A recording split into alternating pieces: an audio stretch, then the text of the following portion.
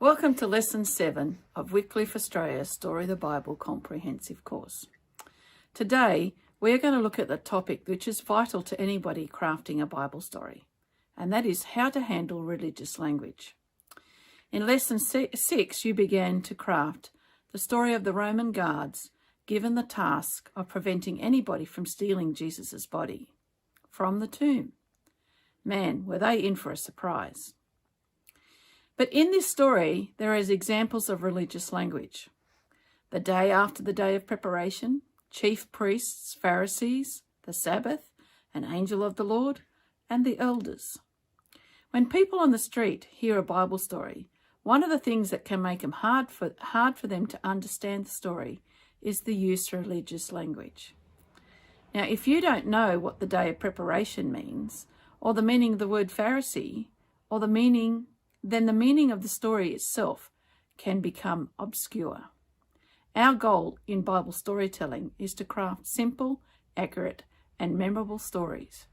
And when we do that, they are easily understood by people on the street, by migrants who are still struggling with their English, old folks who are struggling with memory loss, and by children.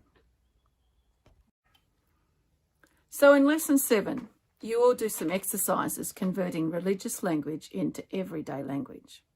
The examples will not be taken from the story that you are currently crafting. This will give you more experience than you would gain from just one story. So what are the steps that are needed to convert religious language into everyday language?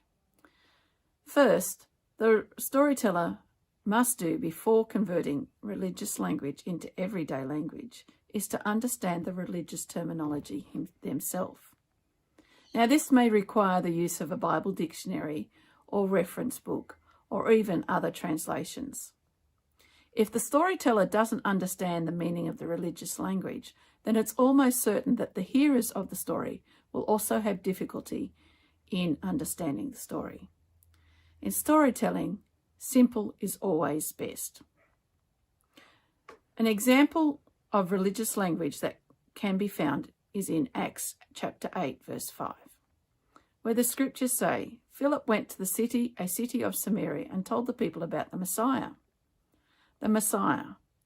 Some people who hear this Bible story may not know the meaning of the Hebrew word Messiah. How will you change a Bible story so that any person on the street can understand it? This actually raises the question, who is our audience when we are crafting a Bible story? Every person who crafts a Bible story needs to ask that question. Our challenge is to convert religious language into ordinary, everyday language so that new Christians, people on the street, children, those who have never been to church can understand it. In this example, Philip went to a city of Samaria and told the people about the Messiah. We asked, how can we simplify this Bible story? There are several options. We could say, Philip went to a city of Samaria and told the people about God's anointed one. This is the literal meaning of the word Messiah, anointed one. Or we could say, Philip went to the city of Samaria, told the people about God's chosen one. That's the real meaning of the word Messiah. Or we could say, Philip went to the city of Samaria and told the people about Christ. Christ is the Greek translation of the Hebrew word Messiah. Or we could simply say, Philip went to the city of Samaria and told the people about Jesus. This fourth way does not hinder the flow of the story. It doesn't require the hearer to say in his mind, who is God's chosen one? This lesson has 3 sections. Homework assignment A. You will find some exercises to help you think through how to change religious language into simple language. This is an essential skill for any Bible storyteller. Homework assignment part B. You will make your storyboard for the Resurrection Guard story. Homework assignment C. There is a reflection on a testimony from a keen Bible storyteller. See that in your resource file. Since making a storyboard is the major assignment in itself, there is no reading assignment for this lesson from Making Disciples of Oral Learners.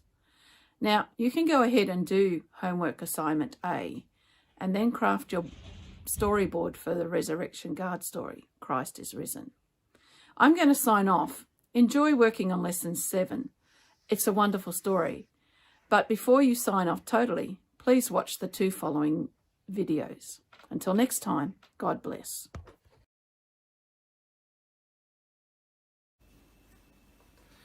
One of the challenges we often face when crafting a Bible story is how to express in everyday language things that are told using religious language.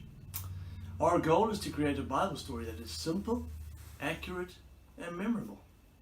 In Acts chapter 8, we read, Philip went to the city of Samaria and told the people there about the Messiah.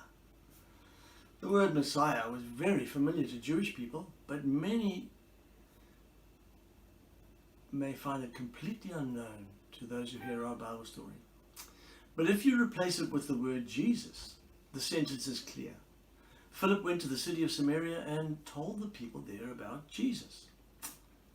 In Acts chapter 6 we read, Then we apostles can spend our time in prayer and teaching the word. There are 2 challenges here, the word, apostles, and the meaning of the word.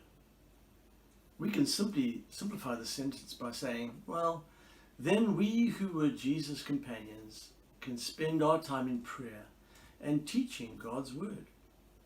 In your resources file, you'll find a sheet with suggestions on converting religious language to everyday language. Enjoy the challenge of making your story simple, accurate, memorable. When you do that, God's word will make the impact. G'day, my name's Yuan, I'm also known as JK, and today I would love to tell you a bit more about Bible storytelling. I've been on a couple of seminars by myself and with my family, and I've honestly been able to use it in a range of different areas and applications. But firstly, what is it? Bible storytelling teaches you how to read the Bible, craft some stories that are both biblically accurate yet engaging, and also gives you the tools to run an easy Bible study with 5 questions that stays the same each and every time. And honestly, those 3 basic principles is what it's built on. And then you can take it and you can use it. And that's what I've done. I've used it in youth ministry, and I've thankfully kept the Year 7 boys engaged, which is quite a challenge in and of itself if you're not just playing games. I've seen it be used in evangelism, where people are talking with their work colleagues about a story that they've learned and a way that it's connected with modern events and things that are happening in this world. And then I've also just seen it be used in family devotion times or even personal devotion times. So, all in all, I reckon it's an amazing tool to have on your tool belt. It's a way that you can enrich your own life in your walk with God, and you're able to enrich other people's lives with their walk with God. And if you are even considering any type of ministry, or even if you're just a follower of Christ, go check this out. See how this might enrich your life. It's by far not the only tool there to help you get to know God and share God, but it's definitely one worthwhile to look into and to explore. So that's my story. Shalom, God's peace be with you, and all the best.